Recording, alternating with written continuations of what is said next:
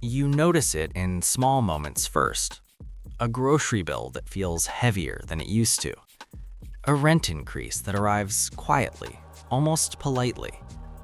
A fuel tank that costs just a little more every time. And then you look at your paycheck. It hasn't moved. Or if it has, it's moved slower than everything else. That's the strange part. Because in theory, wages are supposed to rise with prices. That's the story we're told. The economy grows, businesses earn more, and workers eventually benefit. Eventually. That word does a lot of work. Because in the real world, wages almost always rise last. After prices, after profits, after assets, after everything else has already adjusted. And by the time your income finally catches up, the gap has already taken something from you, quietly. So the question isn't just why things are getting more expensive. It's why your pay is always the last thing to change. And the answer starts earlier than most people think. Long before your employer ever considers giving you a raise. It starts when money itself begins to shift. When more money enters the system through government spending, lending, or financial expansion, it doesn't arrive evenly. It never does. It enters through specific channels: banks, financial markets, large institutions. From there, it spreads outward, step by step, layer by layer. The first places it shows up aren't wages, they're assets. Stocks begin to move, real estate follows, commodities react in the background. Prices rise where money lands first. And this is where the timing gap begins. Because while asset prices can adjust almost instantly, sometimes in seconds, wages can't. Wages are slower by design. They're tied to contracts, budgets, annual reviews, negotiations, expectations. They're not set in real time. They're set in cycles.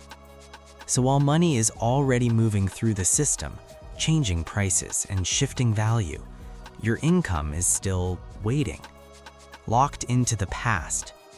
And that delay matters more than it seems. Let's make it simple. Imagine prices across the economy rise by 5%, not all at once, not evenly, but gradually. Now imagine your salary increases by 5% too. Sounds fair. But what if your raise comes a year later? For that entire year, you've been living in a more expensive world with the same income. You've already absorbed the loss. By the time your pay adjusts, it's not catching up. It's just arriving late to a race that already moved forward. And here's the part most people miss. That delay isn't accidental. It's built into how the system works. Businesses don't raise wages immediately when costs rise. They can't, because they're dealing with uncertainty.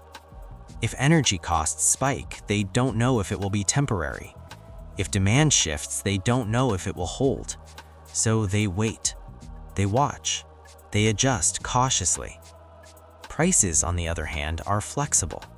If costs increase today, prices can change tomorrow, or next week, or instantly in some markets.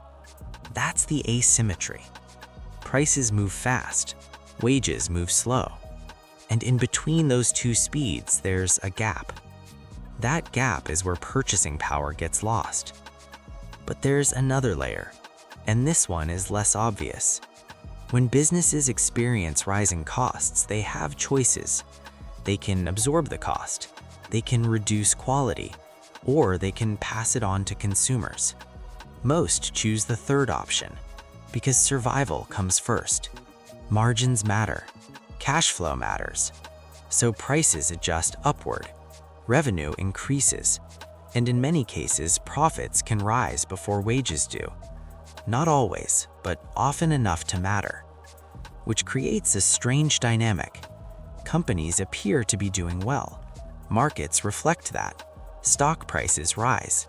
Headlines talk about growth, but the people generating that activity, the workers, are still catching up, or trying to.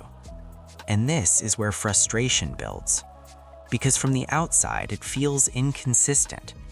If everything is more expensive, why isn't my income keeping pace? If businesses are earning more, why am I not?